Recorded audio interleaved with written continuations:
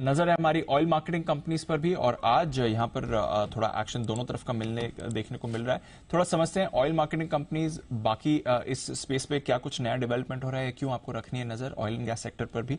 वरुण बताइए क्या चल रहा है। तो दीप, कच्चा तेल बढ़ रहा है, ये तो हम देख ही रहे हैं कि एक महीने में 10% से ज्यादा की बढ़ोतरी, और लो से देखेंगे तो 37% से ज्यादा की बढ़ोतरी यहाँ पे देखने मिली है।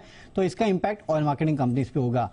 और ऑयल मार्केटिंग कंपनीज पे जिस जगह पे इंपैक्ट हो रहा है वो दरअसल इन कंपनियों के मार्केटिंग मार्जिन है। आप देखिए, जब कच्चे तेल में गिरावट आई थी तब इन कंपनीज के मार्केटिंग मार्जिन में अच्छा खासा सुधार हुआ था। पिछले सितंबर में पेट्रोल के जो मार्केटिंग मार्जिन है वो पॉजिटिव हो गए थे, और इस बार मार्च के आसपास अगर आप देखेंगे तो डीजल के जो मार्केटिंग मार्जिन है वो पॉजिटिव हो गए थे, और ये 10 से ज्यादा पे पहुंच गए थे। 10 रुपए से 15 रुपए के बीच में जो है वो इनके मार्केटिंग मार्जिन पहुंच गए थे, जिसके कारण कंपनियों का परफॉर्मेंस जो है वो काफी बेहतर हो रहा था। लेकिन अब क्योंकि कच्चे तेल के दाम बढ़ रहे हैं और आपके पेट्रोल और डीजल के दाम सालों से जहां है वही हैं, इसके लिए इन कंपनियों के मार्केटिंग मार्जिन जो है वो अब नेगेटिव में पहुंच चुके हैं। पेट्रोल के मार्केटिंग मार्जिन ऑलमोस्ट फ्लैट में है, जबकि डीजल के मार्केटिंग मार्जिन अगर आप देखेंगे तो 5 से 7 रुपए माइनस में जो है वो इन कंपनियों के पहुंच चुके हैं। इसके लिए कुछ ब्रोकरेज हाउस ये कह रहे हैं कि आपको इस क्वार्टर में तो शायद उतना इंपैक्ट नहीं देखने मिलेगा, क्योंकि एंड ऑफ द क्वार्टर की तरफ ये आने के बाद ये मार्केटिंग मार्जिन गिरे हैं। लेकिन शायद सेकंड हाफ में अगर ऐसे ही कच्चा तेल ऊपर रहा और पेट्रोल और डीजल के दाम बढ़ाए नहीं जा पाए ऑयल मार्केटिंग कंपनियों की तरफ से, तो इन कंपनियों को एबिटा लॉस होना शुरू हो जाएगा। आपको याद होगा दीप, थोड़े दिन पहले हमने एक लिंक किया था, एक ब्रोकरेज हाउस की रिपोर्ट भी आई थी जो कि कह रहा था कि 1 लाख करोड़ के आसपास का एबिटा जो है ये कंपनियां क्लॉक कर सकती है FY24 में। और ये वही सोच के कहा गया था कि कच्चा तेल नीचे रहेगा और शायद पेट्रोल और डीजल के दाम या तो इन्हीं लेवल पे रहे या फिर बढ़ जाए, लेकिन ऐसा कुछ हो नहीं रहा। इसके लिए अब ये कह रहे हैं कि एबिटा फ्रंट पे लॉस सेकेंड हाफ में ये ऑयल मार्केटिंग कंपनीज कर सकती है। सिंगापुर GRMs अगर आप देखेंगे तो ये दुगने हो चुके हैं। Q1 FY24 में ये 4 के आसपास थे, $4 के आसपास, अभी ये $8 के आसपास है, तो यहाँ पे कोई दिक्कत नहीं है।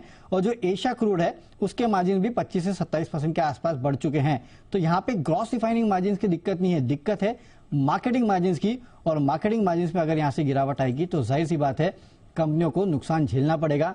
और सबसे बड़ी दिक्कत की बात यह कि कच्चा तेल बढ़ भी रहा है तो अपस्ट्रीम कंपनीज को फायदा नहीं हो रहा है, क्योंकि $75 के ऊपर अगर कच्चा तेल जाता है तो सीधा सीधा विंडफॉल गेन टैक्स इन पे लग जाता है। आपने देखा 2 दिन पहले कैसे विंडफॉल गेन टैक्स 10,000 रुपए प्रति लीटर के आसपास कर दिया। तो जाहिर सी बात है ना उनको फायदा ना इनको फायदा, और ऑयल मार्केटिंग कंपनीज को नुकसान जो है थोड़ा ज्यादा हो सकता है मार्केटिंग फ्रंट पे। इसके लिए डाउनग्रेड्स भी आ रहे हैं। तो ना यहाँ के ना वहाँ के कोई सिचुएशन में परेशानी तो इनकी है। हाँ, परेशानी तो इनकी है ही, और वही है कि GRMs में फायदा अगर होता भी है तो मार्केटिंग मार्जिन में पूरा फायदा आपका निकाल ले जाएंगे, तो कोई फायदा नहीं है। Got it. तो परेशानी वाला मूवमेंट है। जी सर, सिटी साहब।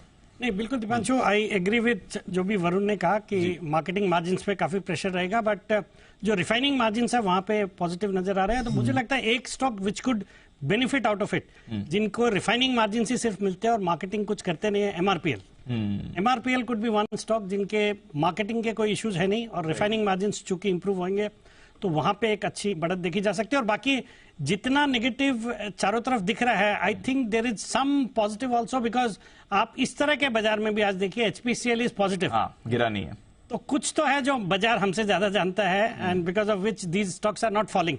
इवन BPCL भी गिरा है, बट कल 1-2 दिन में जो चला हुआ था उसको उतना ही थोड़ा बहुत गिरा है।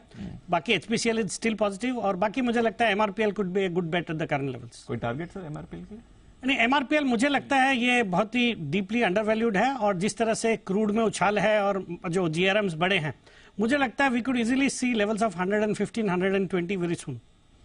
ओके, तो ये है आपके लिए MRPL, बड़ी मूव इसमें आ सकती है, थोड़ा स्टॉक भी एक्शन में आ रहा है।